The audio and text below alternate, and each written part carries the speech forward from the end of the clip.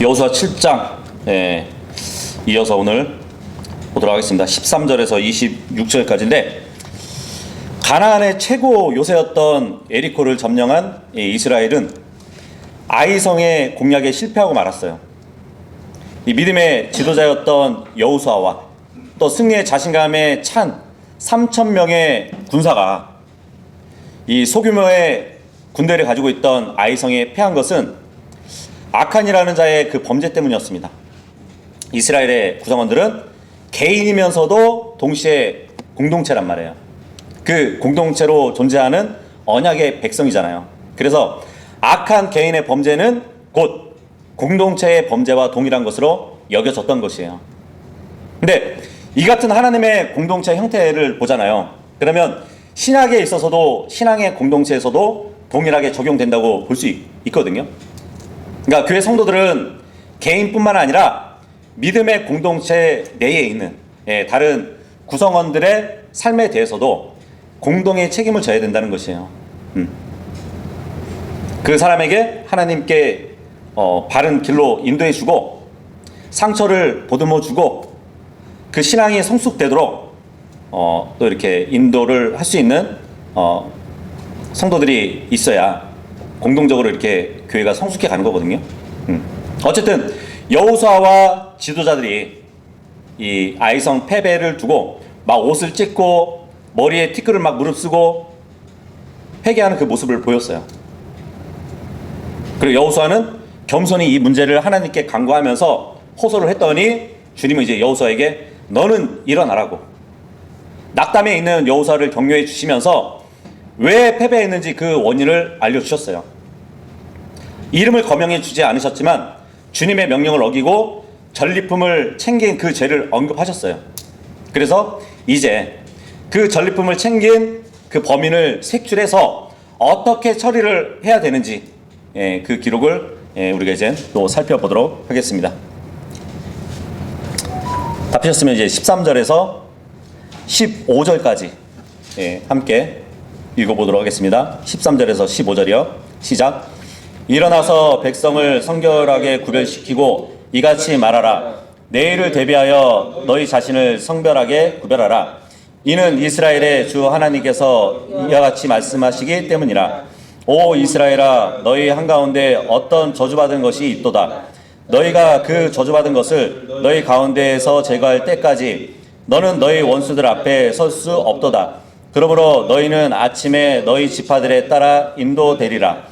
그리하면 이러한 일이 일어날지니 주께서 골라내시는 지파는 그것의 족속에 따라 나올지니라. 그리고 주께서 골라내시는 족속은 집안들별로 나올지니라. 그리고 주께서 골라내시는 집안은 남자별로 나올지니라.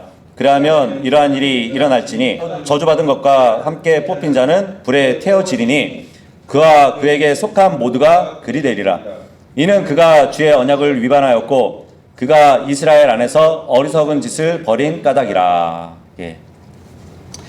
너희가 아이성에게 패배한 이유는 누군가가 저주받은 그 물건을 챙겼기 때문이라고 말씀해 주신 주님은 이제 그 자를 색출하라고 지금 방법을 말씀해 주고 있는 것이에요. 지금 저주받은 것이 남아 있잖아요.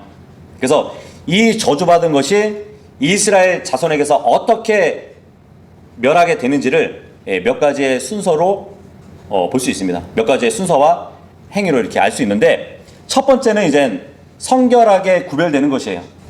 그래서 13절에 보면은 내일을 대비하여 너희 자신을 성결하게 구별하라, 이 말을 하고 있어요. 너희 가운데 저주받은 것이 있으니까 너희는 성결하게 구별해야 된다고 말씀해 주신단 말이에요. 근데 이스라엘이 시나이 산에서 율법을 받고자 했을 때에도 성결하게 구별하라고 하나님이 말씀하셨죠. 그리고 요르단강을 건너기 전에도 너희는 성결하게 구별하라고 이렇게 말씀을 하셨잖아요. 지금도 너희 가운데 저주받은 물건이 있으니까 성결하게 구별하라고 말씀해 주고 있는 것이에요.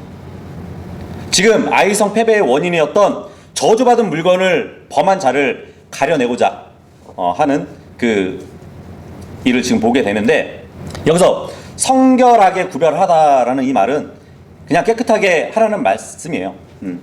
그래서 출애굽기 19장 10절에 보면은 이스라엘 백성들이 성결하게 구별하는 그 방법 중에 하나가 뭐냐면 자신들의 옷을 빠는 거였어요. 옷을 빨아가지고 그 깨끗하게 된 의복을 딱 입는 그 행위도 포함됐단 말이에요. 근데 그런 행위가 옷을 깨끗하게 빨아서 갈아입는 그 행위는 우리에게 적용한다면은 죄를 자백하고 말씀에 의한 물로 씻는 그러한 행위를 의미한다고 볼 수 있겠죠. 우리가 성경을 묵상하면서 성령님께서 우리의 내면을 깨끗하게 하시도록 하는 그 일, 그것을 외적으로 표현해 주는 것이 바로 그것이었어요. 그리고 주님께서 이제 성결하게 구별하라고 하신 이 말씀은 어쩌면 지금 이스라엘 가운데 범죄한 그 범죄자는 빨리 자신을 돌아보고 회개하고 자백하라는 기회를 주시는 것으로 또 보여지기도 합니다. 그죠?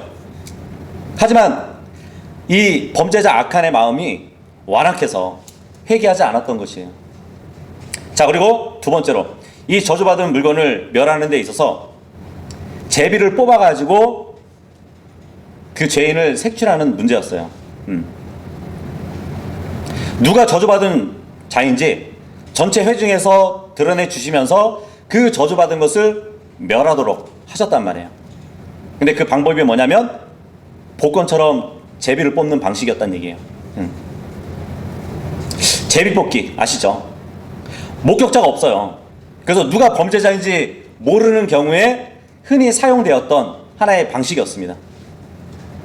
예를 들면 요나 대언자 아시죠? 요나 대언자. 요나 대언자가 이 적대국이었던 아시리아의 수도 니느웨를 위해서 주님의 말씀을 선포하라는 사명을 받았었잖아요. 그런데 이 요나가 하나님의 명령을 어기고 다시스로 이렇게 도망가는 가운데 있었어요. 근데 배를 타고 타시스로 이렇게 가는 도중에 하나님의 폭풍을 막 일으키셨단 말이에요. 그랬더니 그 배에 탔던 이교도들이 자신들의 신을 막 부르는 것이에요.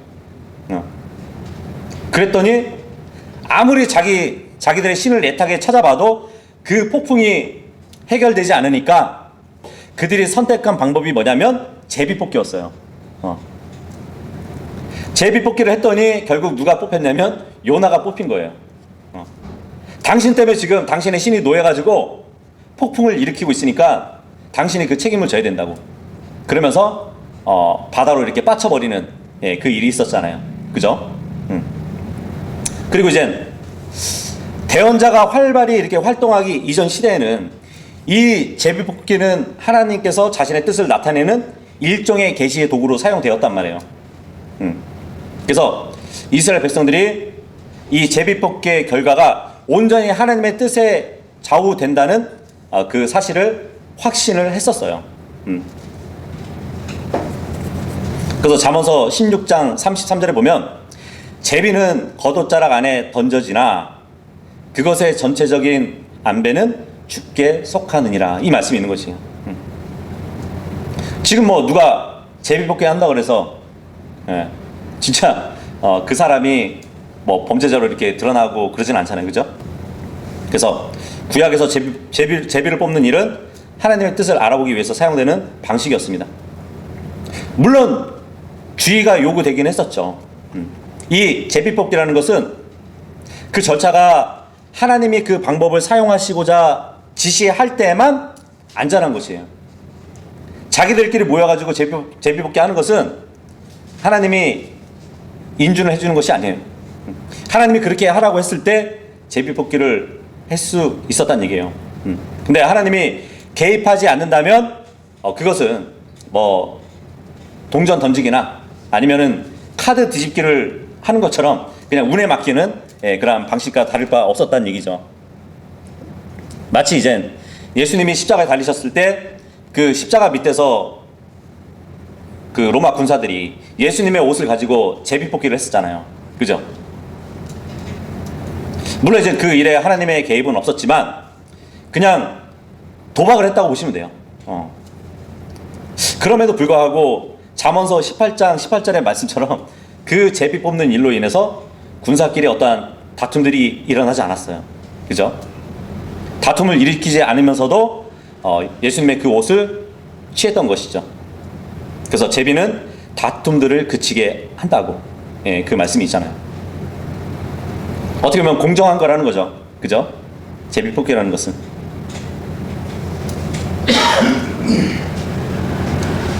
우리 사무실에도 이제 그 영업사원들이 몇 명 있으니까 하루에 일정을 준단 말이에요. 근데 어느 일정을 보면은 누구는 밤 늦게까지 견 적이 있고, 누구는 또 좀 한가하게 일정이 짜질 때가 있어요.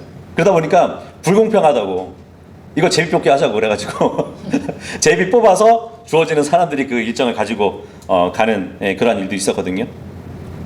누가 자기가 좀 일정이 빡세게 나온 것이 걸렸다고 해도 뭐 토를 달 수가 없게 만드는 것이, 예, 그런 제비 뽑기였단 말이에요. 자, 그런데 지금 주님이 이스라엘 백성에게 그 범죄자를 색출하는 데 있어서 제비 뽑기를 하라고, 예, 말씀을 합니다. 그래서 지금 본문을 딱 보니까 처음에 지파를 뽑아요. 12지파에서 어느 지파에 속한 사람인지 제비 뽑기를 해서 딱 한 지파가 뽑혀요. 그리고 이제 그 지파에서도 족속을 뽑아야 되잖아요. 그리고 족속을 뽑고 그 족속 중에도 가족을 또 뽑아야 돼요. 그 가족을 뽑으면은 그 가족 중에도 남자를 또 뽑아야 돼요.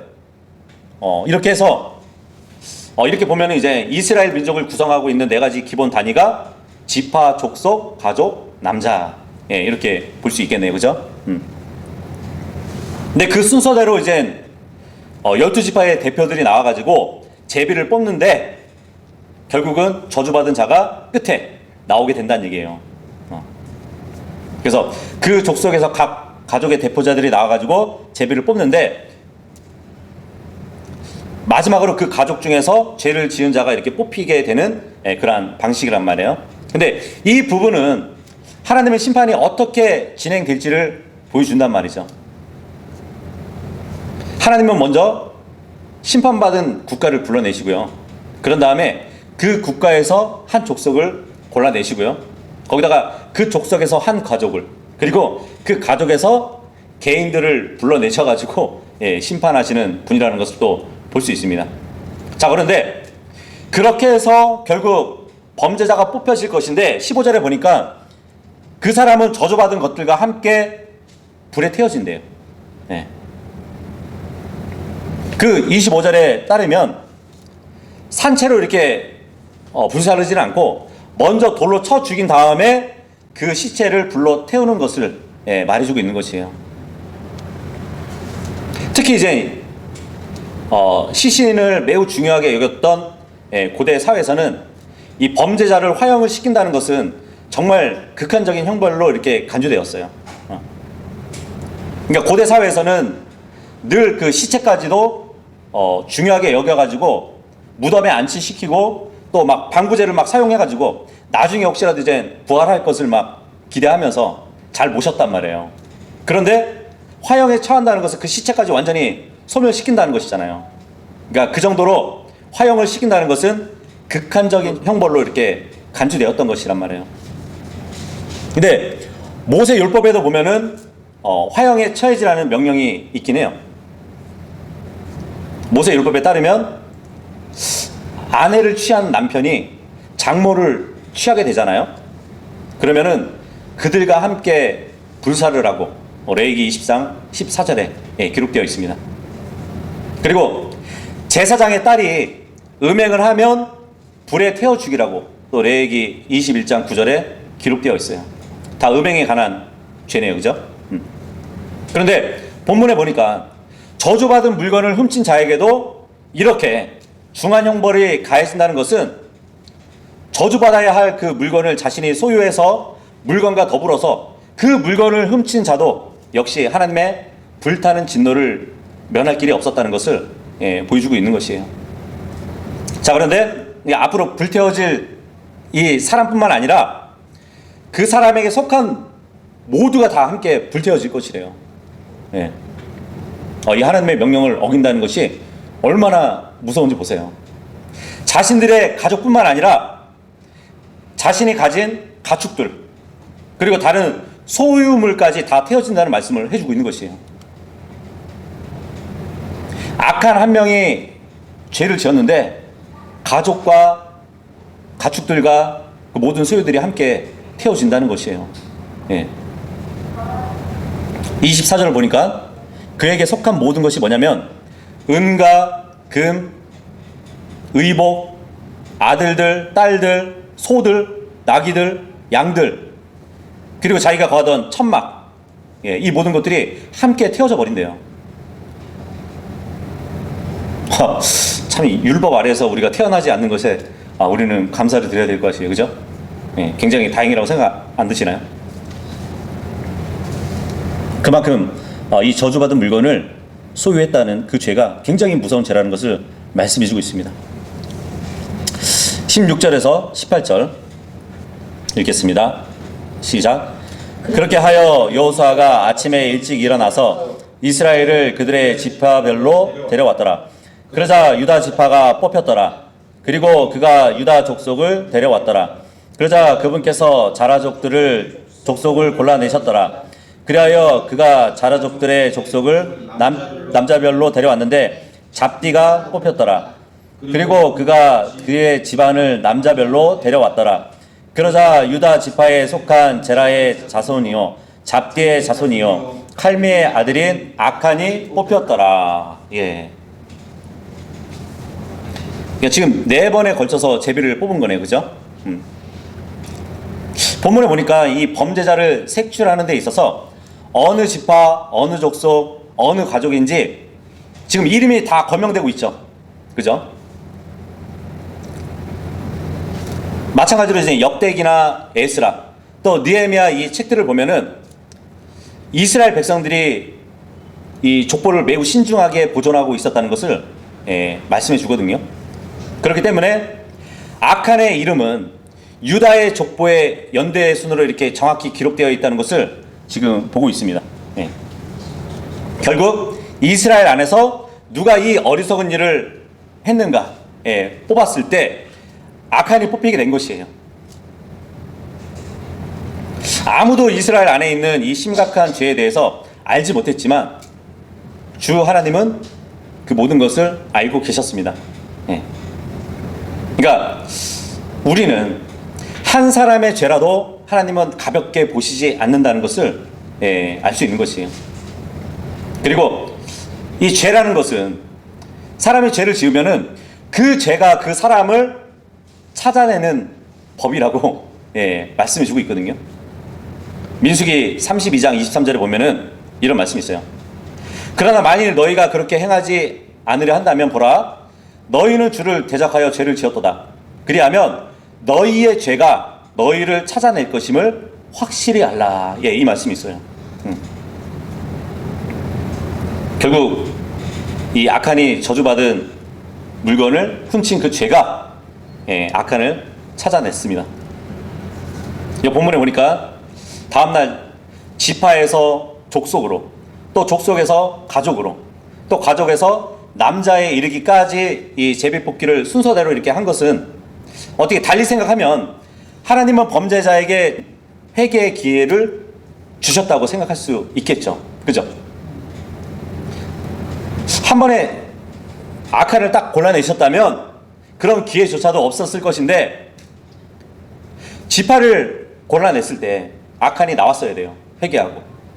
그래도 안 나오니까 족속을 또 제비뽑기하고 있었죠. 그때라도 나왔어야 되는데 그러지 않으니까 또 가족을 색출하고 결국은 아칸에 이르기까지 아칸은 회개하지 않고 있었던 것이에요. 그러니까 그런 제비뽑기 과정에서 우리는 이 아칸이 정말 화이 맞은 무감각한 양심을 엿볼 수 있습니다. 그래서 잠언서 15장 3절에도 보면 주님의 눈들은 모든 곳마다 있어서 악한 자들과 선한 자들을 보느니라. 이 말씀이 있잖아요. 주님께 범죄를 숨길 수 있는 사람은 아무도 없죠. 근데 이러한 사실을 통해서 볼 때 범죄자가 멸망당한다는 것은 결코 하나님의 자비가 부족해서가 아니에요. 자기 자신이 끝까지 버티기다가 폐역하게 된 그 이유 때문이라고 예, 우리는 깨달아 볼 수 있는 것이에요. 그죠? 19절에서 21절까지 예, 읽겠습니다. 시작. 이에 여호수아가 아칸에게 말하기를 내 아들아 내가 너에게 간구하노니 이스라엘의 주 하나님께 영광을 돌리고 그분께 자백하라. 그런즉 네가 행한 것을 지금 나에게 알리라. 그것을 나에게 숨기지 말라 하였더라. 그러자 아칸이 여호수아에게 대답하여 이같이 말하였더라. 정녕 제가 이스라엘의 주 하나님을 대적하여 죄를 지었으니 이러이러하게 제가 행하였나이다. 제가 노략품들을 사이에서 보기 좋은 바벨론제 의복과 200세겔의 은과 50세겔의 무게의 금덩어리를 본 그때 제가 그것들을 탐냈으며 그것들을 취하였나이다. 그런즉 보소서 그것들이 제 천막 한가운데 있는 땅 속에 숨겨져 있고 은은 그 아래에 있나이다. 예. 결국 범죄자 아칸이 이렇게 드러났고 이제 여호수아 앞에 서게 됐습니다.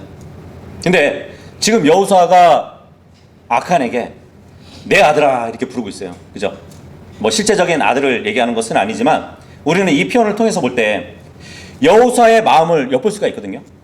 그러니까 이것은 여호수아가 정말 자애로운 아버지처럼 이 아칸을 사랑했고 마치 자신의 친아들처럼 여호수아의 마음이 그 아칸에게 향하고 있었다는 것을 나타내 보여주고 있다고 볼 수 있죠. 그죠? 내 아들아 이렇게 부르는 이 구절은 대부분 성경에 보잖아요. 그러면은 친아들을 부를 때 사용되었어요. 근데 여기서만큼은 자신의 친아들이 아닌 이 아칸을 부르고 있다는 것이죠. 물론 이제 신약에 와서도 보면은 사도 바울이 디모데를 내 아들로 이렇게 부르기도 하죠. 영적으로 낳은 아들로. 근데 이 내 아들아 이것은 좀 측은한 말투잖아요. 그죠? 특히 죄를 짓고 이제 화형에 처해질 그 아칸에게 내 아들아 이렇게 말을 한다는 것은 어떻게 보면 여호수아의 안타까움 아니면 눈물 어린 그 음성을 느낄 수도 있을 겁니다. 누가복음 16장에 보잖아요. 그러면은 아브라함도 지옥에 간 그 부자를 향해서 아들아 하고 이렇게 부르는 거 아세요? 그러니까 그와 같은 이렇게 태도는 정말 참된 그 아령을 보여주는 애라고 볼 수 있겠죠. 지옥에 간 부자를 부를 때 아들이라고 부른 것은 정말 안타까움과 그런 눈물 어린 음성을 또 아브라함이 보여주지 않았나. 19절을 보면 이스라엘의 주 하나님께 영광을 돌리고 그분께 자백하라 그럽니다. 근데 이렇게 자백한다 해서 아칸이 화형에서 면해지는 건 아니거든요. 근데 왜 이 상황에서 하나님께 영광을 돌리라고 했을까요? 그러니까 하나님은 전지하신 분이시고 모든 것을 아시는 분이라서 그렇게 영광을 돌리라고 말을 하고 있는 것이에요. 법정에서도 보면 죄인이 판사에게 뭐라고 부르는지 아세요? 존경하는 재판장님 이렇게 불러요. 그죠? 근데 그렇게 부르지 않으면 법정 모독죄가 선고되기도 한답니다. 그런데 인간 판사도 그러한 존귀를 받는다면 온 땅의 심판자이신 하나님께서는 얼마나 더 큰 존귀를 받아야 되겠어요. 그죠? 그러니까 그분께 영광을 돌려야 된다는 것이에요. 죄인은. 이렇게 아칸도 자신을 심판하실 하나님께 예의를 갖춰야 했음을 보여주고 있습니다. 근데 하나님의 뜻에 따라서 이렇게 제비뽑기가 실시됐잖아요. 그래가지고 색출된 이 아칸이 자신의 모든 범죄 사실을 솔직히 자백할 경우에 나머지 이스라엘 모든 백성이 하나님의 전지하심의 영광을 돌릴 것이었어요.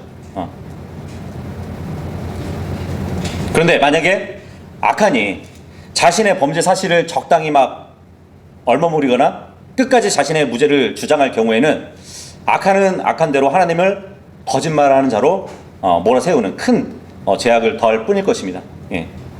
더 나아가서 이스라엘 백성들은 제비 뽑기의 결과에 의욕을 막 품게 될 수도 있을 것이에요.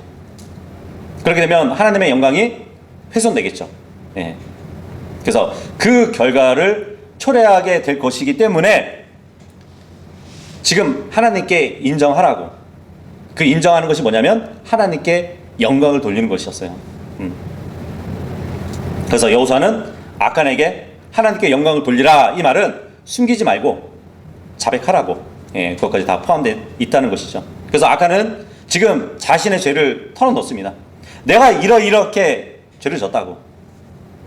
그리고 욕심을 낸 것 중에 보니까 바벨론죄의 의복이 있었는데 이것에 탐심을 가졌다고 얘기합니다. 이 그림을 보니까 이 바벨론죄 의복들이 이렇게 가지가지가 있는데, 이 바벨론죄 의복은 바늘로 이렇게 훌륭한 문양을 쏘아놓은, 예, 그 장식 의복이라고 보시면 돼요. 비싼 옷이었기 때문에 왕족들이나 아니면 부자들이나 살 수 있었다고 합니다. 예. 뭐 유대 역사가 요세푸스가 이렇게 기록한 걸 보면은 이 바벨론죄 의복은 온통 금으로 짜여진 왕의 외투였다고, 예, 그렇게까지도 기록을 하거든요. 어쨌든 이 아칸의 죄의 일반적인 과정을 보면은 먼저 자신 눈으로 봤고, 그 다음에 탐심을 냈고, 그 다음에 취했다는 것이에요. 그죠? 이게 바로 이제 죄로 향하는 일반적인 과정이잖아요. 그죠? 우리도 눈으로 보게 되면 탐심이 생기게 되고, 탐심이 생기게 되면 그것을 취하게 된다는, 예, 것이 바로 순서잖아요. 그래서 아칸이 옷과 은과 금을 취했을 때 그 단계는 결국 그것을 숨기는 일이었단 말이죠. 그래서 우리가 죄를 짓지 않기 위해서는 먼저 보는 것을 즉시 멈추거나 아니면은 피해야 돼요. 마치 선악을 알게 하는 나무의 열매를 딱 보았을 때 이분은 두 눈에 즐겁고 먹기에 좋아 보이고 지혜롭게 만들 정도로 탐스러움을 이렇게 가졌을 때 따먹었잖아요. 그죠? 그래서 그 죄의 단계를 말씀해 주고 있고, 또 이제 아칸이 죄를 자백한 내용을 보면은 우리가 이제 고려해 볼 두 가지 내용이 있어요. 하나는 뭐냐면, 지금 아칸 자신은 다름 아니라 자기가 죄를 지은 것은 하나님께 죄를 지었다는 그 사실을 알고 있었다는 것이에요. 그죠? 그래서 20절에 보니까 정녕 제가 이스라엘의 주 하나님을 대적하여 죄를 지었으니 이러이러하게 제가 행하였나이다, 이렇게 고백을 하잖아요. 그러니까 성경에 의하면 죄라는 것은 하나님께 짓는 것이에요. 죄는 하나님께 짓는 것입니다. 요셉을 한번 보세요. 요셉은 파라오의 관원이면서 경호 대장이었던 그 포디발의 집안에서 그 집안을 맡았던, 예, 총무였잖아요. 근데 자꾸 이 포디발의 아내가 요셉에게 함께 눕자고 유혹을 했었잖아요. 그때 요셉이 한 말이 뭐냐면, 내가 이 유혹 때문에 하나님께 죄를 지을 뻔했다고, 걱정했다고, 예, 그렇게 말을 했습니다. 만약에 포디발의 아내와 누웠다면 그것은 하나님께 죄를 짓는 것이라고, 예, 말을 했단 말이에요. 마찬가지로 이제 다윗도 자신의 부하였던, 예, 우리아의 아내를 범했었잖아요. 그죠? 그 간음죄를 짓고 나서 제가 주를 대적해서 죄를 지었다고, 예, 그렇게 고백을 했어요. 아버지 집을 떠났던 탕자도 나중에 아버지께 돌아왔을 때 뭐라고 했죠? 제가 하늘을 대적하여 죄를 지었다고, 예, 그렇게 얘기를 했습니다. 근데 개역성경에 보면은 이제 아버지께 죄를 지었사오니, 예, 그렇게 변개가 되어 있어가지고 마치 사람에게 죄를 지을 수 있는 것처럼 번역이 되어 있어요. 근데 다른 성경에 보면은 아버지의 목전에서 죄를 지었다고, 예, 그렇게 되어 있습니다. 그래서 죄는 사람에게 지는 것이 아니고 하나님께 죄를 짓는 것이에요. 자, 그런데 고린도전서 8장 12절에 보면은 그런 말씀을 할 수도 있을 것이에요.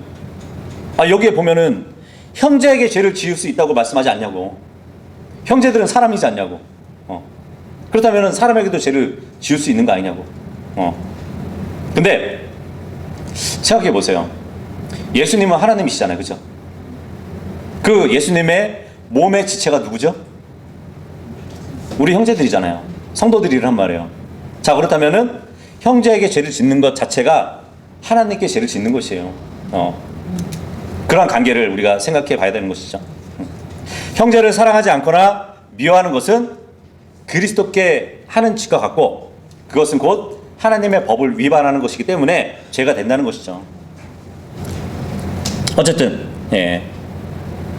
악한이 죄를 자백하는 데 있어서 고려해 볼 것은 그 죄는 하나님께 짓는 것이다. 그러니까 죄라는 것은 하나님께 짓는 것이다. 그리고 두 번째는 내가 죄를 지었습니다 했지만 그 의미가 항상 자기 스스로가 알 수 있다는 것은 아니에요. 이게 무슨 말이냐면, 지금 악한은 죄를 자백했잖아요. 하나님과의 올바른 관계를 위해서 자백하는 것이 아니었어요. 그냥 자기 자신의 죄가 드러냈기 때문에 죄를 자백했다는 얘기예요. 제가 죄를 졌습니다 하고 실토를 했을 뿐이라는 얘기예요. 그렇잖아요. 지금 지파부터 시작해가지고 결국 자신에게 제비가 딱 떨어졌을 때 궁지에 몰린 상황에서 어쩔 수 없이 내가 죄를 지었다고 말을 할 수밖에 없었다는 얘기예요. 예를 들면은 하나님께서 이제 이스라엘의 초대 왕이었던 사울 왕에게 아말렉과 전투를 하라고 임무를 내리시잖아요. 그런데 그 아말렉 족속을 완전히 멸하라고 했어요.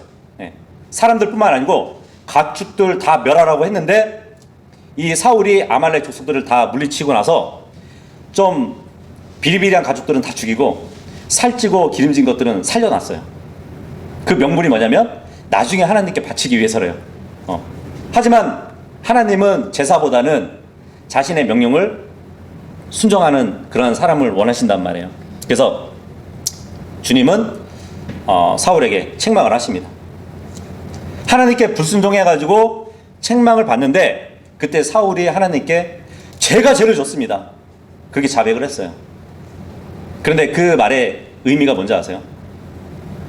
주님, 아무 일이 없었던 것처럼 용서해 주시고 계속 제가 왕으로 있게 해달라는 그 뜻이었어요. 하나님과의 바른 관계를 갖고자 원했던 것이 아니란 말이에요. 마찬가지로 이제 이방인 대언자 중에 발람이 있었는데 이 발람이 발락이라는 왕에게 사주를 받아가지고 어떻게 하면 이스라엘 백성들을 하나님 앞에 죄를 짓게 할 수 있냐고, 그렇게 했을 때 그렇게는 못합니다 그랬거든요. 그러다가 이제 발락이 재물을 주겠다고 하니까 그 재물에 미혹돼가지고 발람이 발락의 초청을 받고 나귀를 타고 이렇게 가던 중에 주의 천사를 만나게 되잖아요. 주의 천사가 딱 가로막고 나서 가지 못하게 했을 때 발람이 뭐라고 했냐면 제가 죄를 졌습니다 그렇게 얘기하거든요. 제발 죽이지 말라는 그 뜻으로 얘기했을 뿐이지 자기 뜻을 돌이키기 위해서 자백한 것이 아니었거든요. 결국은 죽음을 보지 않았던 이 발락은 발락의 재물을 취하고 이스라엘 백성에게 범죄하도록 만들었어요. 유다 이스카리ot을 한번 보세요. 예수님을 배반하고 넘겨준 그 일 후에 내가 죄를 지었다고 이렇게 고백은 했지만 그 의미는 내 양심이 찔려 죽을 지경이라는 그 뜻 이상은 아니었어요. 근데 이제 반면에 탕자 같은 경우는 그러니까 성경에 기록된 이 자백들이 다 그런 식은 아니었다는 것을 보여주는 것은 탕자가 집 밖에 나갔다가 나중에 돌아오잖아요. 그러면서 아버지 앞에서 내가 죄를 지었나이다 이렇게 고백을 하잖아요. 그것은 자신의 아버지와 올바른 관계를 맺고자 한 고백이었거든요. 정말 그런 자백이 올바른 자백이란 말이에요. 모르겠어요.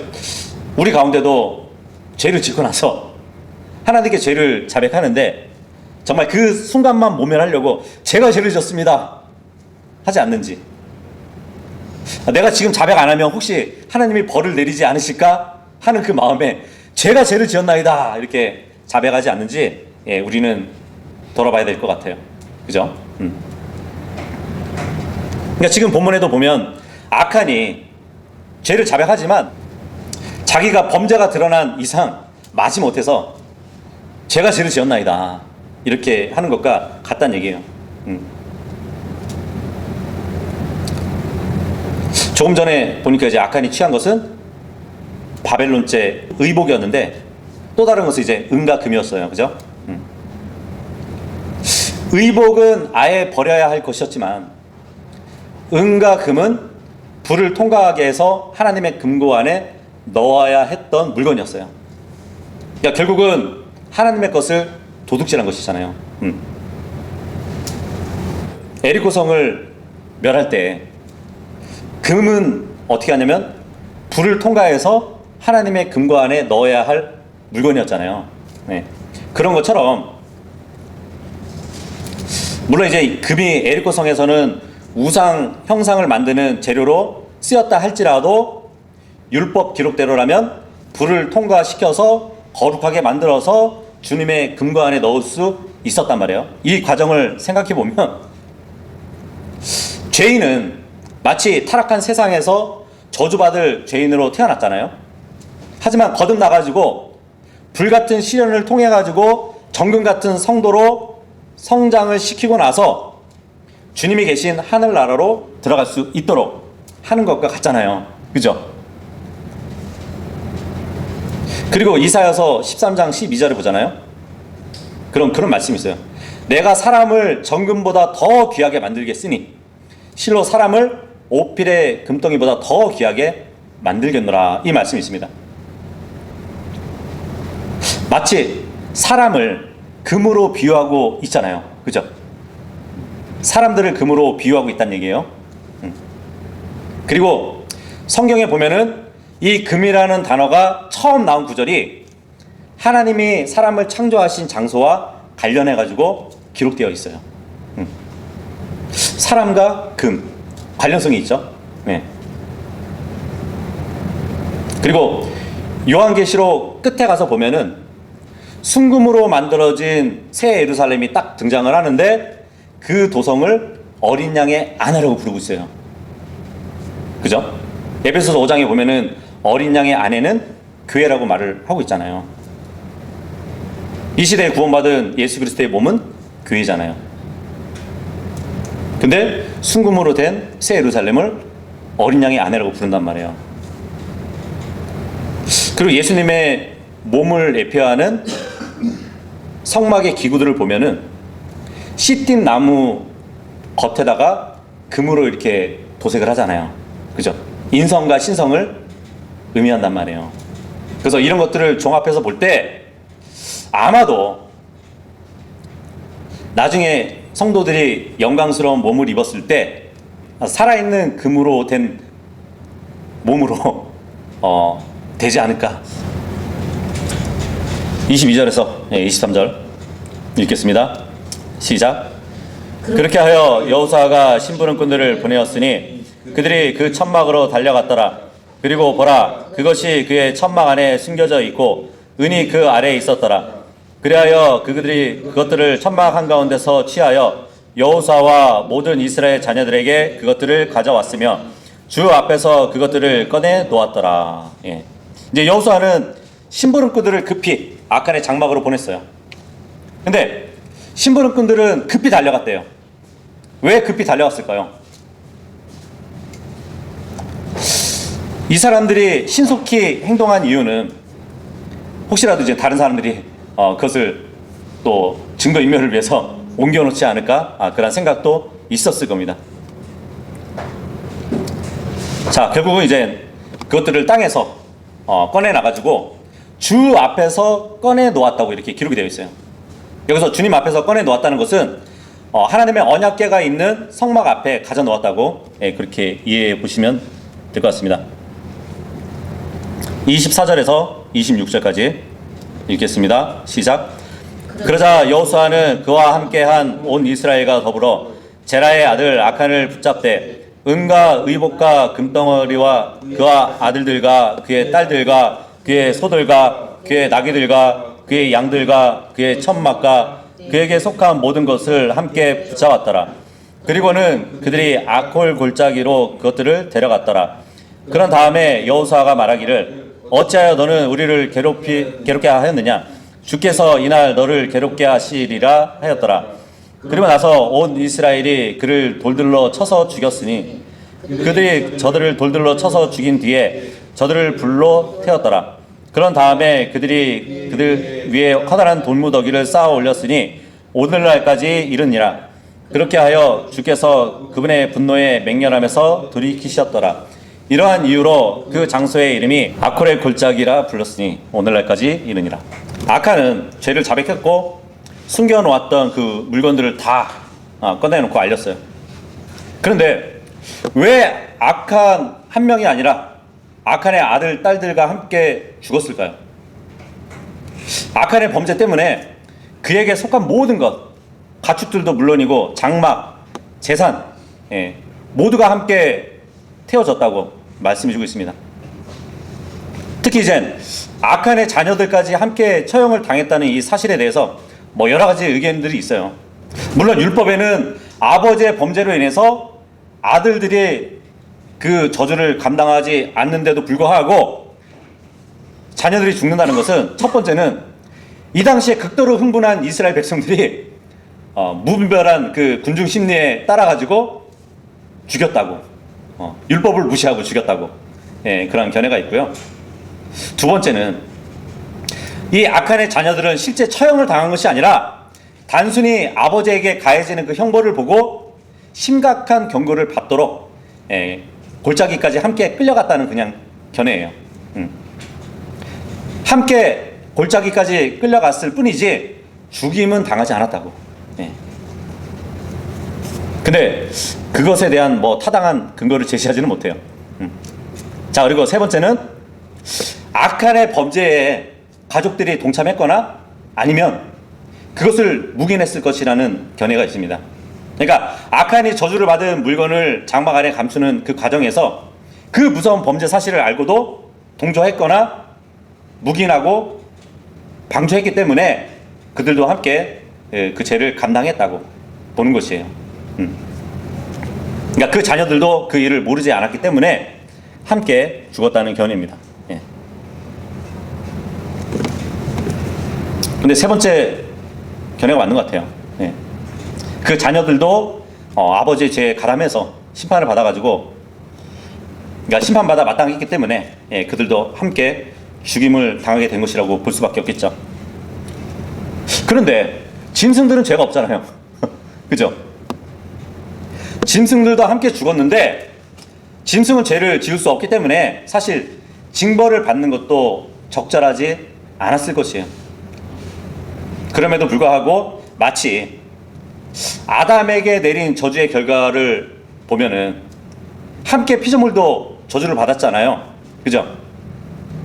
그런 것처럼 이 짐승들의 주인이 아칸이기 때문에 함께 죽었다고 볼 수 있겠죠.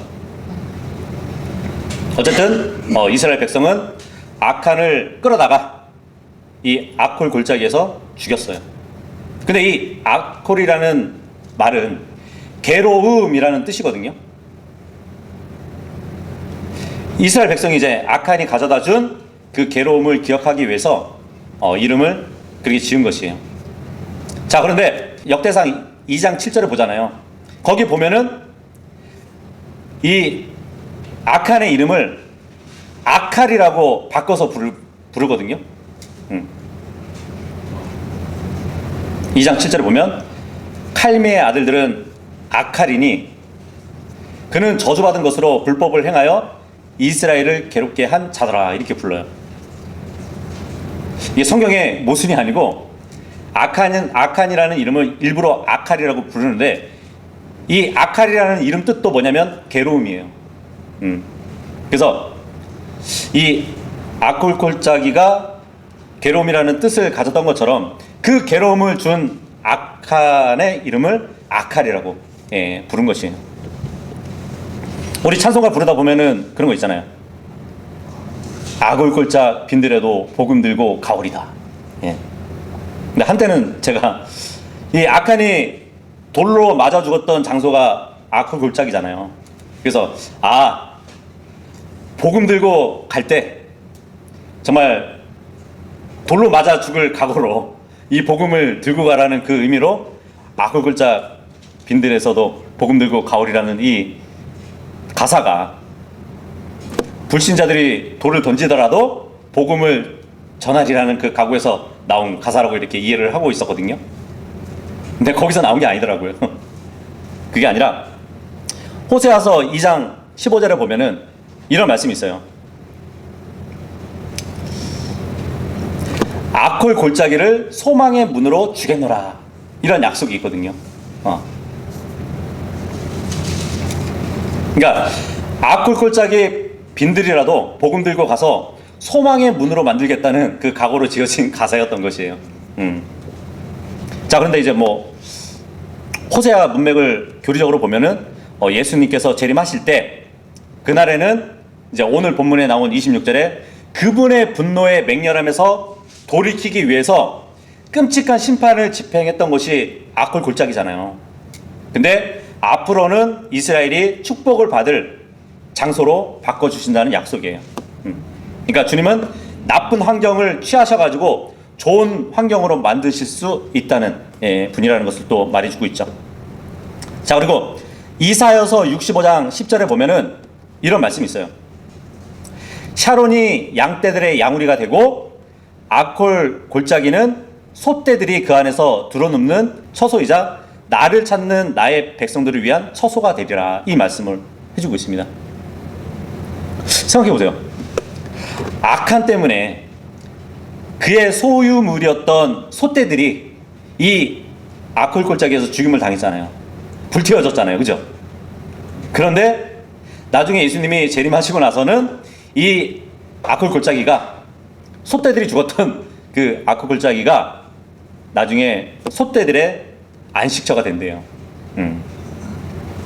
이런 것을 봐서라도 로마서 8장 19절의 말씀이 생각나지 않나요? 창조물의 열렬한 기대가 하나님의 아들들이 명백하게 나타내는 것을 기다리고 있기 때문이라고. 그죠? 그 소망을 생각하지 않을 수 없네요. 어쨌든 오늘 이 7장을 다 봤는데, 아칸이 죽고 나서 이렇게 마무리가 된 후에 8장으로 넘어가면 이제 아이성과 2차 전투를 치르게 되거든요. 그때 이제 하나님의 뜻대로 전쟁을 했던 이스라엘 백성은 그 아이성을 함락시키게 됩니다.